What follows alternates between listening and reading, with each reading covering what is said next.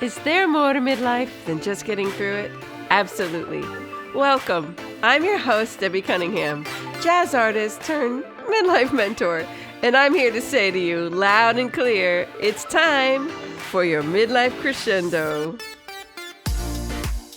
Hello, friends. Welcome back. Last week on Midlife Crescendo, we talked with Dr. Anna Cabeca, aka the girlfriend doctor, about balancing our hormones pre, during, and post menopause. This week, we are having part 2 of that conversation. I think you're going to glean a lot of great wisdom from it. This one delves into struggles with sex and intimacy midlife, vaginal health, as well as postmenopausal diseases and what we can do about that. So if you have little ears around, you might want to pop those earphones in or listen at a later time. At the end of the show, we'll remind you where you can find resources from Dr. Anna and about an upcoming Magic Menopause 8-week program she is offering. For those who weren't here last week, Dr. Anna is a certified OBGYN who specializes in menopausal health. She's a speaker and best-selling author of the Hormone Fix, Keto Green 16, and Menopause. We are picking up our conversation with the final question I asked from last week's episode of Midlife Crescendo. Here's part 2 of our discussion with the girlfriend doctor.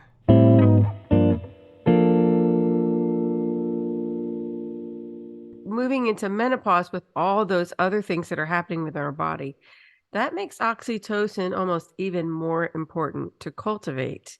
And I know you have ideas of how to do that, or you have experience of how to do that. Can you talk about how we can naturally cultivate that oxytocin in our bodies? Yes, absolutely. And there's so many beautiful ways. And I love to say, okay, well, first of all, what puts a smile on your face? So I'll ask you, Debbie, what puts a smile on your face? Well, immediately my grandchildren. Absolutely, right? You can just think of them and your physiology shifts. You get a Right. bigger smile, very authentic Yes. joy. And so, and that's, I mean, that's just beautiful. That's powerful. And playing with a pet, my dog Sandy, she's a little farm rescue Australian Shepherd. And she comes to the door when I get home and she's all shaking and shivering and just like loving, wanting some attention. And always she's that way. And that just that joy, just being able to play with a pet, to receive that joy in our life increases oxytocin. Of course, orgasm. Orgasm is very high levels of oxytocin. It peaks oxytocin and it gives us that bond to our partner, that connection. It's why sex and intimacy is so critical in marriage and relationships. And is just that piece that ties us together. And that's why you don't want to have sex if you're dating too soon because you're going to be bound to someone. Then it becomes a yes when it probably should be a no. And you Right. just, because you have that physiology that's connecting you, that oxytocin is in there. And so massage, I have one scheduled for Friday. There's my self Yay. care, hour and a half long, and I can't wait. So, massage if it feels good for you, facials, doing things you enjoy, walking on the beach, going out in nature. And I discovered this that oxytocin, this powerful hormone, it is the most powerful hormone in our body, and it's a hormone of longevity. Again, and I lecture to multimillionaires, and I tell them you can have all the wealth in the world, but if you don't have love, you have nothing. You have Right. nothing. If you can't feel it and receive it, you have nothing. And what have you worked this hard for? Right. And was thinking about that actually after I did my last podcast when I was talking about connection from my book, Dancing in the Kitchen, that one of the things that I talk a lot about is couples having fun together. And again, if you have fun, then you're releasing that oxytocin and that makes you feel connected. That allows you then to move into more physical intimacy. But women in menopause struggle with physical intimacy, vaginal dryness, bladder leakage, or there's painful intercourse. And so, are there things that they can do to help them with that? Oh my goodness, absolutely. So there's so many things that we can do. And first of all, it's understanding if you have pain with sex, whether it's on entrance, on penetration or deep penetrated sex, you need to see a gynecologist. We have to evaluate you. I have to evaluate the pelvic floor and see what's going on. Is there anything, what's behind this, so to speak? Could just be and I don't mean it lightly, but it could just be vaginal dryness and the normal changes that are happening over time. And with hormones, we can fix that. And beyond estrogen, like this is such a big mistake. Estrogen works on the mucosal layer of the vagina, so it will help with that moistness, but it doesn't work deeper than the mucosal layer. DHEA, however, which is an adrenal hormone that decreases from our mid to late 20s in all of us, men and women, it works on all three layers of the vaginal wall of the pelvic floor.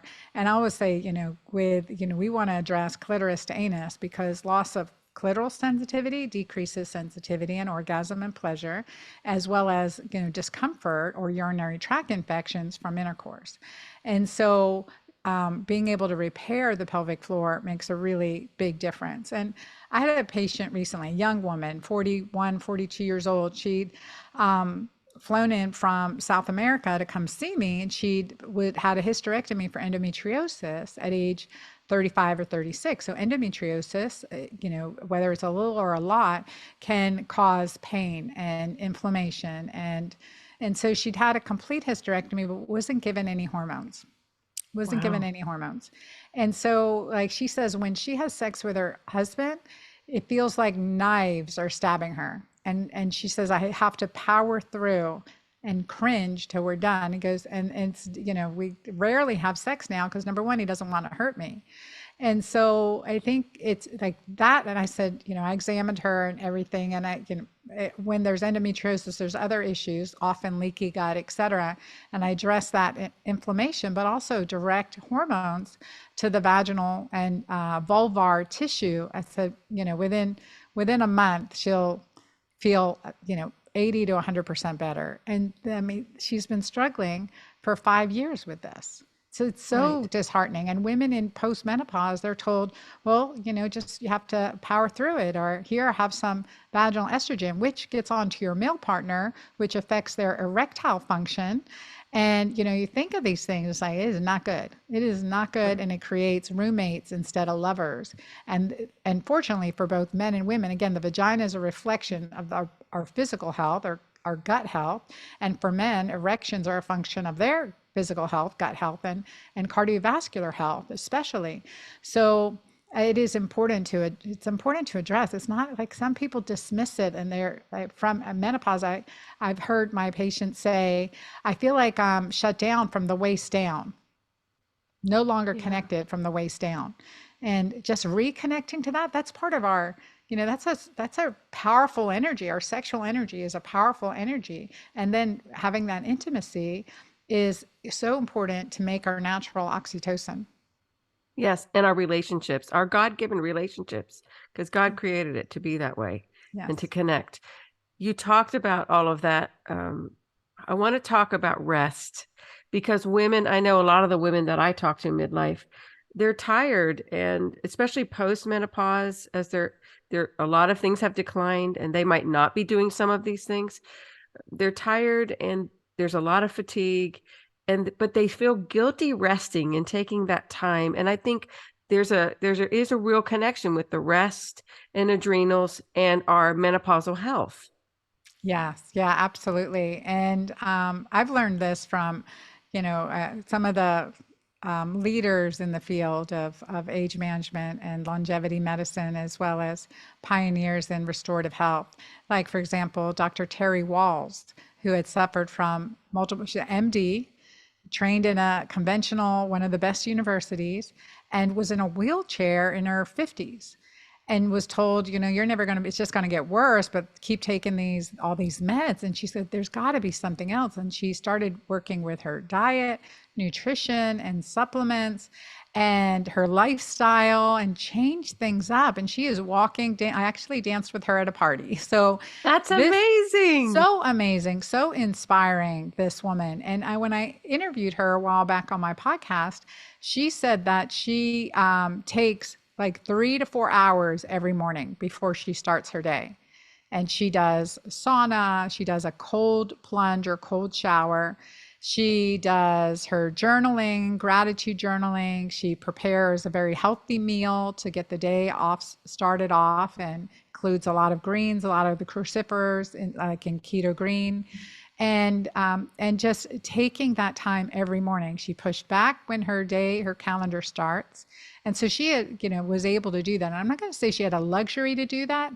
She made a decision to do that. She made a Right. decision to change her times around, and she's more productive. And again, she sold, I don't know, hundreds of thousands of copies of her books and all of this. I mean, she's like, it turned her life around. We often feel, and I have felt before, controlled by my agenda. I have to do more, to make more, to be better, to be more influential, to support my family as a single mom for now 13 years, to do for others. Well, where is Right. me in that? Right. And that's where the rest comes in. And I used to joke, well, rest is for when you're dead. That's why it says rest in peace on your casket, or your tombstone. And it's so not true. The truth is, like, to govern your time now. So I'll give you a little clip into my day today. And it was, I got up at 6:45, 6:45 actually. And I had my trainer at 7, and I worked out 7 to 8. And then I got in the sauna, in my infrared sauna. I use sunlight and infrared sauna, so it's not really nice sauna. And did my journaling. I did some preparing for the day, mindset, like how I want to set my goals and set myself up for the day. And then I used my leftovers from last night. I had a primal beef burger, which is ground beef with organ meat in it. Had made a burger with onions and some seasoning yesterday, and tomatoes and some zucchinis, and sauteed zucchinis and onions. And that's how I broke my fast this morning, was with that. And so I usually tell, and that was about 10 a.m. And so I usually tell my clients, like, to break fast, for women especially, between 10 and 11 a.m. to keep their metabolism up. Like, we want to work with our metabolism, not against it. And for many of us, if we're waiting till after 12 to eat, we've already slowed down our metabolism. I made that mistake for a while, because when you're in ketosis, you're not really hungry. And so, then, you're not getting enough protein, you're not eating enough, and fasting Right. too long. Hmm. Right. And I didn't even realize that, because I often thought it was better to go longer and longer to fast. It depends. It depends on you. I think long term, what I found in most women, and one of the things that I created were urine test strips with pH and ketones and uric acid on it. But for, like, my physiology, when I'm fasting for longer periods of time, I produce a lot of uric acid, and that's a survival mechanism. It slows down your metabolism, however. In high levels of uric acid can produce gout, but in women, they got to be really high for you to be symptomatic. But it accumulates in your body and slows down your metabolism. Wow, that's amazing. Mhm. And I had never heard that about checking your pH until I read some of your materials. So that's awesome. Talk a little bit about postmenopausal diseases. Yeah. So, like, in postmenopausal diseases, the most common things we see are heart disease, which peaks postmenopause for women. That's when it starts to accelerate. So we see postmenopause osteoporosis. I'm seeing it in 30-year-olds and 40-year-olds quite often now, because of that chronic acidity. It's going to break down the Wow. bone to get the minerals in your system. So osteoporosis, dementia, memory loss, those issues Heart are disease, right? heart disease is the number one. Heart disease, osteoporosis, and mental disorders as well, like depression, mood swings, and then But the can big, we change that by changing absolutely, our diet? absolutely. There's more and more research coming out looking at brain health and hormones, and how we're eating, when we're eating, what we're eating. All of that makes a huge difference. Makes a huge difference. And again, for osteoporosis and heart health, especially, and brain, I mean, everything, get that urine pH at 7 or greater, 7, 7.5, 8. I mean, those are good levels for your urine pH. So following the Keto Green is really a key. And then what are some of the tips that you would recommend to the audience of things to really start besides reading the hormone fix, and then Mandatory reading, mandatory reading. mandatory reading for menopausal ladies, reading the hormone fix, and then working through Keto Green? And I love that you changed that diet up enough that it really does help. I Oh have yeah. my brain fog has cleared up, I think, just Yay. from doing that. It's amazing, right? And as little as 2 weeks, you feel a significant improvement. I hear this over and over and over again, and it really does make a difference. And so that is it. So, like I said, describe what my breakfast what I broke fast was like, and lunch was, I fried up a almond flour tortilla, just one of them. It's about 6 grams of carb, and then fried up a couple eggs and some smoked salmon with arugula, and I sprinkled arugula on it, and some spinach, and drizzled it with a good mineral salt, Himalayan sea salt, and some other seasonings. I use something called za'atar, which is an Arabic food. It's dried thyme and sesame and some salt in there. It's just delicious and adds a great additional alkalinizer. It's great for your brain. And I cooked that up in some ghee, and I put that in the almond flour tortilla. And that was my very, very hearty, beautiful keto green lunch. And for dinner, tonight might just be some bone broth or a shake, if anything. Yeah. Oh, that's nice. Mhm. Well, speaking of longevity and health, I have heard you tell a story about your dad, and I'd like you to talk about that because I think that midlife is like you said, a new spring and a great opportunity for us to grow and have more possibility. And I don't think that there's any cap on rejuvenating our health or revitalizing our health in aging. So would you talk about your story about your dad? I want you to tell that story. Yeah, I'd love to. So one of the things I learned through my mom's health, my mom passed away when she was 67. I was still in residency at the time. And she was, she had struggled for 15 years more with heart disease, 15 years from her first heart surgery when she was only 52 years old. And so, and I was a resident, and she had the best surgeons and the best doctors. And I was like, well, what happened? And she had multi-organ system failure. Like that she went into surgery for the second heart surgery that she was undergoing and never made it out of surgery. The surgeon's like, the surgery went perfectly, but my mom passed away, so she never made it out. And I was, in my heartbroken stage, like all of this made no sense to me, and I have to make sense of it.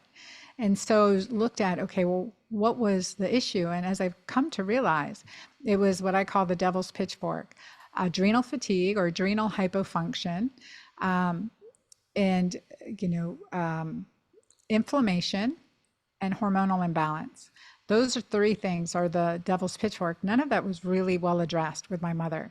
And at the time of her passing, she was on 11 prescription medications, no two of which were ever studied in one person, let alone a menopausal female.